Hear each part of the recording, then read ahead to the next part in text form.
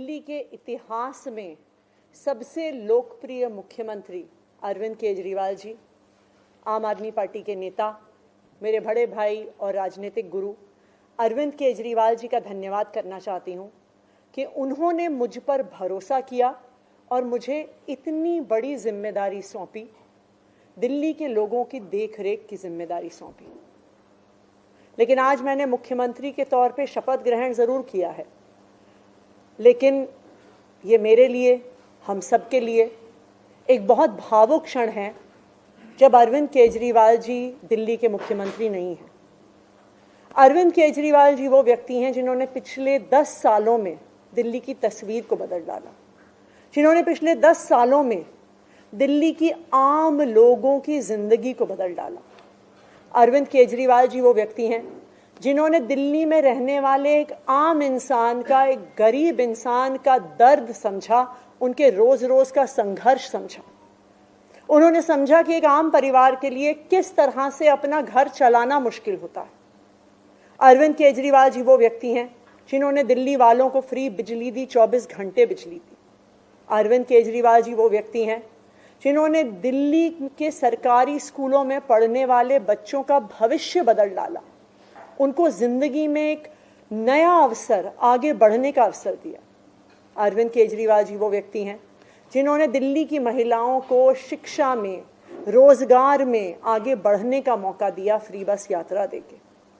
अरविंद केजरीवाल जी वो व्यक्ति हैं जिनकी वजह से आज दिल्ली के लोगों को अपने परिवार के सदस्य का इलाज करवाने के लिए अपने गहने नहीं गिरवी रखने पड़ते, अपने घर नहीं गिरवी रखने पड़ते, क्योंकि सरकारी अस्पतालों में अच्छा इलाज होता है। तो जब अरविंद केजरीवाल जी दिल्ली के मुख्यमंत्री नहीं रहते तो ये हम सब के लिए एक बहुत मुश्किल और एक भावुक घड़ी। आज क्यों अरविंद केजरीवाल जी दिल्ली के मुख्यमंत्री नहीं हैं? क्योंकि भारतीय जनता पार्टी की केंद्र सरकार ने अरविंद केजरीवाल जी के खिलाफ षड्यंत्र रचा, उन पर झूठे मुकदमे लगाए, उनको इन झूठे फर्जी मुकदमों में गिरफ्तार किया, उनको 6 महीने से ज्यादा जेल में रखा, उनको तोड़ने की, उनको दबाने की हर संभव कोशिश करी। लेकिन अरविंद केजरीवाल जी टूटे नहीं, अरविंद केजरीवाल दबे नहीं। अरविंद केजरीवाल जी को सुप्रीम कोर्ट ने जमानत दी, एक ऐसे कानून में जमानत दी जिसमें पीएमएलए में जमानत मिलना लगभग असंभव होता है। और सुप्रीम कोर्ट ने ना सिर्फ उन्हें बेल दी, बल्कि बेल देते हुए केंद्र सरकार के मुंह पे तमाचा मारा और कहा कि अरविंद केजरीवाल जी की गिरफ्तारी एक दुर्भावना के तहत हुई थी। ये कहा कि केंद्र सरकार की एजेंसी सीबीआई, ईडी पिंजरे में बंद एक तोते की तरह हैं जो सिर्फ अपनी मालिक की आवाज में बोलती हैं। हो सकता है कि कोई और नेता होता तो उनके लिए अदालत का ये फैसला काफी था और वो तुरंत जाके मुख्यमंत्री की कुर्सी पे बैठ जाते। लेकिन अरविंद केजरीवाल जी ने इस देश की राजनीति में एक ईमानदारी और नैतिकता की मिसाल कायम करते हुए मुख्यमंत्री की कुर्सी से इस्तीफा दे दिया। उन्होंने कहा कि मेरे लिए सिर्फ अदालत का फैसला काफी नहीं है, मैं जनता की अदालत में जाऊंगा और जब तक दिल्ली की जनता मुझे नहीं कहती कि मैं ईमानदार हूं, तब तक मैं मुख्यमंत्री की कुर्सी पर नहीं बैठूंगा।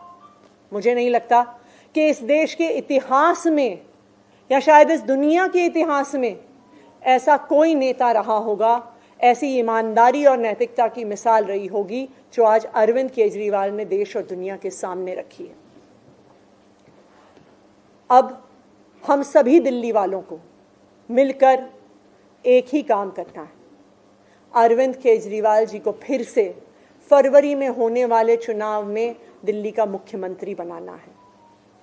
अगर दिल्ली के लोग अरविंद केजरीवाल जी को दिल्ली का मुख्यमंत्री नहीं बनाते तो जो फ्री बिजली आज दिल्ली वालों को मिल रही है, भारतीय जनता पार्टी अपना षड्यंत्र रच के उसको खत्म कर देगी।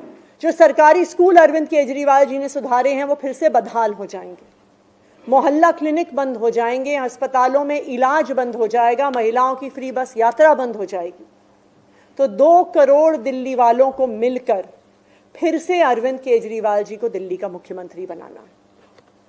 अगले 4 महीने के लिए मेरा यही काम रहेगा कि जो दिल्ली वाले परेशान रहे पिछले 1-1.5 साल में, जब से भारतीय जनता पार्टी का षड्यंत्र शुरू हुआ, जब से भारतीय जनता पार्टी ने एक एक करके हमारे नेताओं को जेल में डालना शुरू किया, जब से भारतीय जनता पार्टी ने एक एक करके हमारे मंत्रियों को जेल में डालना शुरू किया, जब से भारतीय जनता पार्टी के एलजी साहब ने दिल्ली सरकार के काम रोकने शुरू किए, आप देखिए पिछले 2 साल में भारतीय जनता पार्टी ने दिल्ली वालों को परेशान करने में कोई कसर नहीं छोड़ी।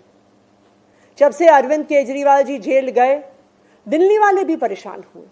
भारतीय जनता पार्टी ने दिल्ली वालों के पानी के बिल हम ठीक करना चाहते थे, उन्होंने उस काम को रोक दिया। भारतीय जनता पार्टी ने जो सड़क के रिपेयर के काम है वो रोक दिए। भारतीय जनता पार्टी और उनके एलजी साहब ने अस्पताल में मिलने वाली दवाइयां रोक दी, अस्पताल में और मोहल्ला क्लिनिक में टेस्ट रोक दिए, दिल्ली से कूड़ा उठना रुक गया। लेकिन मैं आज आपको आश्वासन दे रही हूं कि अब अरविंद केजरीवाल जी जेल से बाहर आ गए हैं और उनके मार्गदर्शन में दिल्ली में कूड़ा भी उठेगा, सड़कें भी ठीक होंगी, पानी के बिल भी ठीक होंगे, दिल्ली में जो सीवर की समस्या है वो भी ठीक होगी, जो दवाइयां नहीं मिल रही हैं उसको भी हम ठीक करेंगे।